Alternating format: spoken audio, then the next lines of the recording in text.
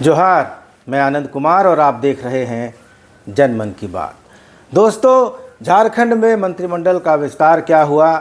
चंपई सोरेन की सरकार मुश्किल में पड़ गई। कैबिनेट विस्तार में जिनको मंत्री पद मिलने की उम्मीद थी उनको मंत्री पद नहीं मिला। जिनके लिए वे लोग लॉबिंग कर रहे थे कि इनको दोबारा मंत्री नहीं बनाया जाए, वही लोग दोबारा मंत्री बन गए। तो 17 में से 12 विधायक कांग्रेस के नाराज़ हो गए। आज दिन भर असंतुष्ट विधायकों की, नाराज़ विधायकों की बैठकें होती रहीं। 2 बार फ्लाइट का टिकट कैंसिल कराया गया, पहले जयपुर का और उसके बाद बेंगलोर का।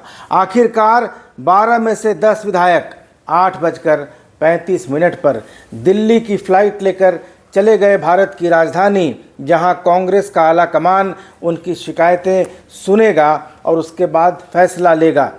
तो बसंत सोरेन की बात सुन लेते हैं, कांग्रेस विधायकों की बात सुन लेते हैं। उसके बाद दोस्तों मैं आपको बताऊंगा कि किस तरह बाजी पलटी जा सकती है और क्या खेल चल रहा है। क्या बसंत सोरेन का इन कांग्रेस विधायकों से मिलना कोई नाराज़गी दूर करने वाली बात थी या कोई और प्लान बन रहा है? और प्लान बन रहा है तो वो क्या हो सकता है कि 12 विधायक कैसे सरकार में आ जाएंगे और ये 4 मंत्री कैसे बाहर कर दिए जाएंगे, इसका भी एक प्लान बन चुका है। तो बहुत सारी चीज़ें हैं जो चल रही हैं। अगर कांग्रेस आला कमान इन नाराज़ विधायकों की बात मानकर 4 मंत्रियों को, जो अभी चंपई सोरेन सरकार में शामिल हैं, शपथ ले चुके हैं, विभाग जिनको मिल चुके हैं, जिन्होंने विभागों का कार्यभार भी आज ग्रहण कर लिया है, तो इन 4 मंत्रियों को अगर कांग्रेस आला कमान मंत्रिमंडल से वापस ले लेता है और इनकी जगह नाराज़ विधायकों में से 4 को मंत्री बना देता है, तो क्या यह समस्या सुलझ जाएगी? हो सकता है सुलझ जाए, लेकिन एक और रास्ता है और वो रास्ता क्या है मैं आपको बताऊंगा। लेकिन उसके पहले चैनल को सब्सक्राइब कर लीजिए और बसंत सोरेन और बाकी विधायकों की बातें सुन लीजिए।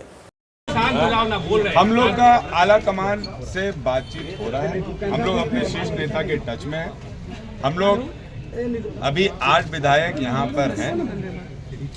हम लोग दिल्ली जा रहे हैं। 2 विधायक एयरपोर्ट पर डायरेक्ट पहुँच रहे हैं और 2 विधायक कल आएंगे। हम लोग की जो बातें हैं वो हम लोग तमाम विधायकों ने एक मत में जाके हम लोग ने अपनी बातों को सीनियर नेताओं को बताया गया है और हम लोग पार्टी पे आस्था व्यक्त करते हुए हम लोग दिल्ली जा रहे हैं। दिल्ली जाकर जो भी AICC की तरफ से हमारे लिए ऑब्जर्वर नियुक्त किए जाएंगे, जिनसे बात करना होगा उनसे हम लोग बात करने। सर डिमांड क्या है? ये डिमांड आपको PCC बताएंगे। बसंत जी ने आपको बता दिया होगा कि वो क्यों आए। बसंत जी हमारे पार्टी के सीनियर नेता हैं और उस परिवार के बेटे हैं जिस परिवार के नाम पर हमारी गठबंधन मजबूत रहती है। बसंत जी उस परिवार के बेटे होने के नाते कर्तव्यपूर्ण अपना पालन करते हुए आए थे, हमसे बात करते हुए चिंता जताई है उन्होंने और निश्चित तौर पर उन्होंने हमें आश्वासन दिया है कि जो चीज़ें कहीं ना कहीं गलत डायरेक्शन में गई थी पिछले बार, वो इस बार हम लोग सुधारने का काम करेंगे और सभी विधायकों का मान सम्मान रखेंगे।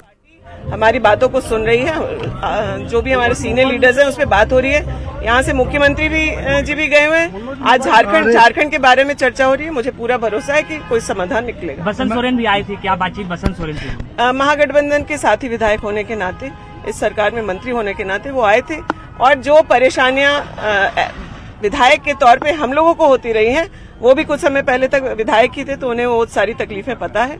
उन्होंने हम लोगों की बातों को सुना है। निर्णय तो जब होगा तब हम लोग बात करेंगे। बसंत सोरेन भी आए हुए थे, उन्होंने क्या कुछ कहा? प्लीज इसको बंद करने दीजिए।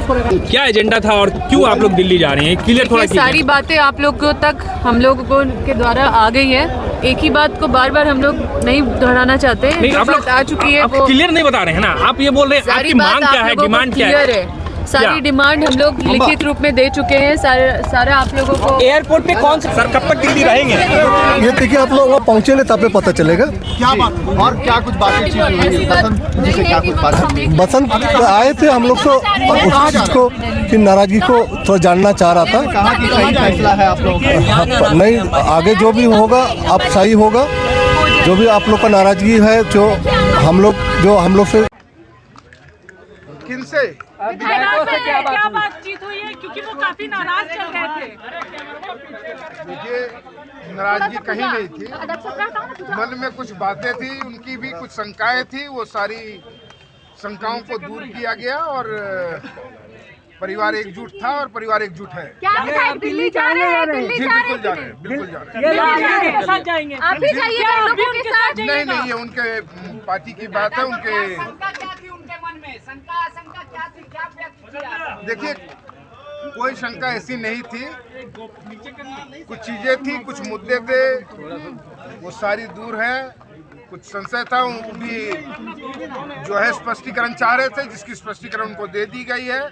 वो संतुष्ट है और वो परिवार के साथ है और परिवार के साथ। क्या वो जेएमएम से नाराज थे या कांग्रेस से? वो किसी से नाराज नहीं थे, उनको कुछ बातें थी जिन बातों को।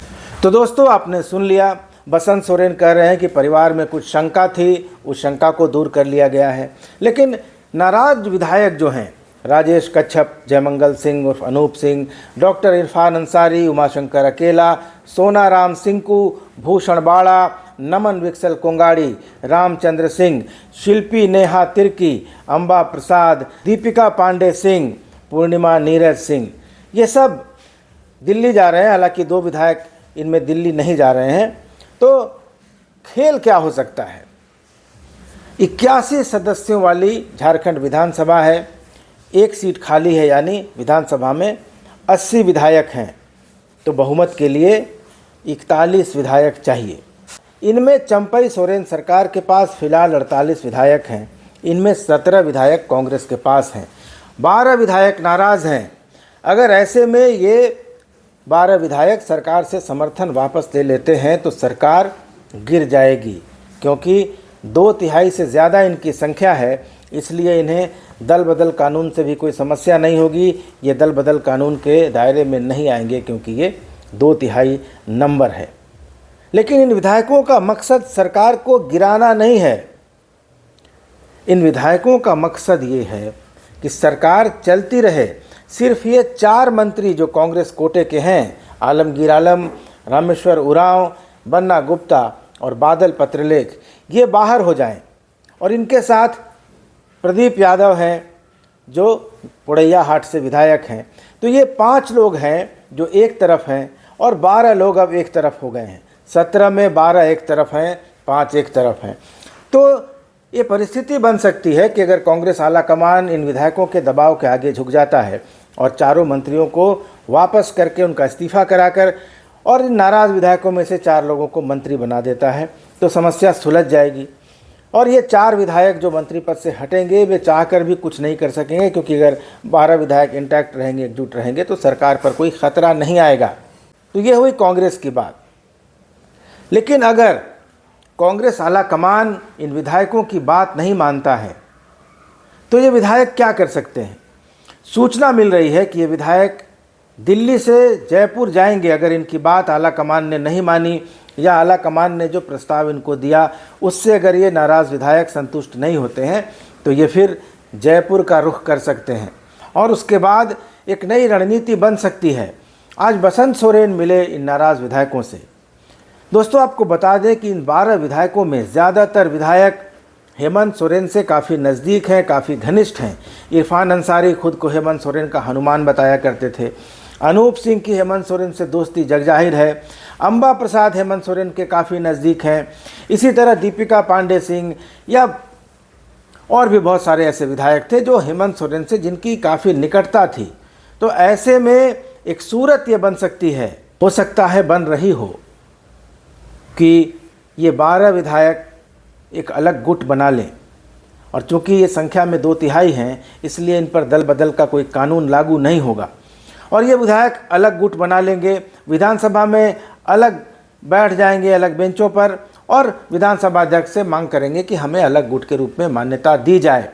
अगर झारखंड मुक्ति मोर्चा तैयार हो जाता है, झारखंड मुक्ति मोर्चा का नेतृत्व तैयार हो जाता है, तो इन 12 विधायकों को अलग गुट के रूप में मान्यता दी जा सकती है और उसके बाद ये 12 विधायक सरकार में शामिल हो सकते हैं और ये 12 विधायक सरकार में शामिल होकर सरकार चलाने में मदद कर सकते हैं। बदले में इनकी शर्त ये होगी कि कांग्रेस कोटे के 4 मंत्रियों को बाहर कर दिया जाए और इन 12 मंत्रियों में से 4 को मंत्री पद दे दिया जाए। और ऐसी हालत में अगर कांग्रेस समर्थन वापस भी ले लेती है चंपई सोरेन सरकार से, तो सरकार को कोई ख़तरा नहीं होगा, क्योंकि झारखंड मुक्ति मोर्चा के पास फ़िलहाल 29 विधायक हैं और 12 विधायक असंतुष्ट बताए जा रहे हैं। यानी 29 और 12 ये आंकड़ा अपने आप में 41 हो जाता है। उसके अलावा सत्यानंद भोक्ता है राजद से, 42 हो गए, और माले के विनोद सिंह, यानी 43 विधायकों का समर्थन रहेगा इस सरकार को, और इस सरकार को कोई खतरा फिलहाल नहीं होगा। तो ये एक बड़ा प्लान बन सकता है। और मुझे जो संकेत मिल रहे हैं कि इस दिशा में भी जो नाराज़ कांग्रेस विधायक हैं इस दिशा में भी सोच रहे हैं कि वे एक अलग गुट बनाकर विधानसभा अध्यक्ष से मांग करेंगे कि उन्हें एक अलग गुट के रूप में मान्यता दी जाए। कांग्रेस अगर अपने डिसीजन पर अड़ी रहती है, कांग्रेस का आलाकमान अपने फैसले पर अडिग रहता है और इन 4 मंत्रियों को मंत्रिमंडल से वापस नहीं लेता है, तो कांग्रेस विधायक इस विकल्प पर भी विचार कर रहे हैं कि वे विधानसभा में एक अलग गुट बना लें और इस गुट को विधानसभा अध्यक्ष से मान्यता दिला दें। लेकिन ये तभी संभव होगा जब विधानसभा अध्यक्ष चाहेंगे, और विधानसभा अध्यक्ष ऐसा चाहेंगे या नहीं चाहेंगे ये बहुत कुछ झारखंड मुक्ति मोर्चा पर भी निर्भर करेगा। और इसलिए आज बसंत सोरेन जिस तरह से मिलने गई नाराज़ विधायकों से, तो मुझे कहीं ना कहीं ये लग रहा है कि इस दिशा में भी काम हो रहा है कि अगर कांग्रेस आला कमान अडिग रहता है, अपने फैसले पर अड़ा रहता है, तो ये नाराज़ विधायक अलग गुट फॉर्म कर सकते हैं, सरकार को समर्थन दे सकते हैं, सरकार में शामिल हो सकते हैं और उसके बाद मंत्री भी बन सकते हैं। तो इस दिशा में काम हो सकता है। लेकिन फ़िलहाल इन विधायकों का पूरा जोर पार्टी में रहते हुए पार्टी आला कमान से अपनी बातें, अपनी मांगें मनवाने का है। तो अब ये देखना है कि जब ये विधायक दिल्ली पहुंचेंगे तो पार्टी आला कमान से इनकी कब मुलाकात होगी, क्या आला कमान इनकी शिकायतें सुनेगा तो समाधान होगा या नहीं। कांग्रेस कोटे के जो 4 मंत्री शपथ ले चुके हैं, कार्यभार ग्रहण कर चुके हैं, क्या उनको वापस लिया जाएगा? क्योंकि नाराज़ विधायकों ने कल ही कांग्रेस के जो प्रभारी हैं झारखंड के गुलाम अहमद मीर, उनको चिट्ठी में साफ साफ लिख कर दे दिया था, साफ लिख दिया था कि आप जो नाराज़ विधायक हैं 12 विधायकों में से किन्हीं 4 को मंत्री बना दीजिए, वे स्वीकार कर लेंगे। लेकिन जिन 4 लोगों को मंत्री बनाया गया है, आलमगीर आलम, रामेश्वर उरांव, बन्ना गुप्ता और बादल पत्रलेख, ये स्वीकार्य नहीं हैं। तो अब देखना है कि आला कमान बातों को कितना मानता है। क्या 4 मंत्री ड्रॉप किए जाएंगे या 4 में से कुछ मंत्री ड्रॉप किए जाएंगे? नाराज़ विधायकों में से किनको मंत्री बनाया जाएगा या यथास्थिति चलती रहेगी और नाराज़ विधायकों को मना लिया जाएगा? इन सब पर बहुत सारे बिंदुओं पर विचार होना है, बहुत सारे डेवलपमेंट अभी होने हैं। एक पक्ष भारतीय जनता पार्टी है। कहीं कहीं सोशल मीडिया पर यह दिखाई दिया कि भाजपा संपर्क में है या कांग्रेस के जो नाराज़ विधायक हैं वो बीजेपी के संपर्क में हैं। लेकिन दोस्तों, मुझे नहीं लगता कि बीजेपी किसी के संपर्क में है। बीजेपी बस खेल का मज़ा ले रही है। उसके नेता ट्विटर पर इस पर कमेंट कर रहे हैं, मज़े ले रहे हैं। भाजपा की रुचि न कांग्रेस को तोड़ने में दिखाई दे रही है, न अपनी सरकार बनाने में दिखाई दे रही है, न चंपई सोरेन सरकार को गिराने में दिखाई दे रही है। भाजपा बस इन अंतर्विरोधों का मज़ा ले रही है और उसकी पूरी कोशिश ये दिखाने की रहेगी कि सरकार में भ्रष्टाचार कितना है और ये सरकार हेमंत सोरेन पार्ट 2 है, उसी दिशा में, उसी ढर्रे पर चल रही है। और इस तरह की जितनी भी गतिविधियां होंगी, जितने मतभेद होंगे, उन सब का राजनीतिक फ़ायदा, चुनावी फ़ायदा उठाने का बीजेपी और उसके नेता प्रयास करेंगे। लेकिन चंपई सोरेन की सरकार को अस्थिर करने का कोई प्रयास भारतीय जनता पार्टी की ओर से किया जा रहा है, इसमें मुझे संदेह लगता है। लेकिन एक संभावना थी जो मैंने आपको बताई कि या तो कांग्रेस आलाकमान इन नाराज़ विधायकों की बात मान ले और 4 मंत्रियों को ड्रॉप करके नए 4 मंत्री बना दे, या फिर ये 12 विधायक एक नया गुट बना लें, सरकार को समर्थन दे दें और सरकार को मजबूर करें कि कांग्रेस कोटे के मंत्रियों को ड्रॉप करें और इन 12 विधायकों में से मंत्री बनाए।